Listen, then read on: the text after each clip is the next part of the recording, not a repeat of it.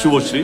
তো কোথাও যেন ভালো লাগে, কিন্তু খারাপও লাগে মাঝে মাঝে যখন কেউ সন্তান সন্তান সন্তান করে। আমার Raj, I love you Raj, but তার পিছনে যে একটা হাসি ছিল সেইটা আমাকে কষ্ট দিয়েছিল। কে হাসিটা না হলেও চলতো। তো আমি সায়ন্তন, আমরা ট্যুরেই ছিলাম, আমার কাছে এলো সায়ন্তন, বাসের মধ্যে ছিল খাদানে। আমি সায়ন্তন জিজ্ঞেস করলাম আমরা কোন গিয়ারে প্রমোশন করছি। তো দাদা আমরা টপ গিয়ারে আছি। না না, গিয়ারটা চেঞ্জ হবে, আরো 10 লেভেল আপ করতে হবে, প্রমাণ দিতে হবে।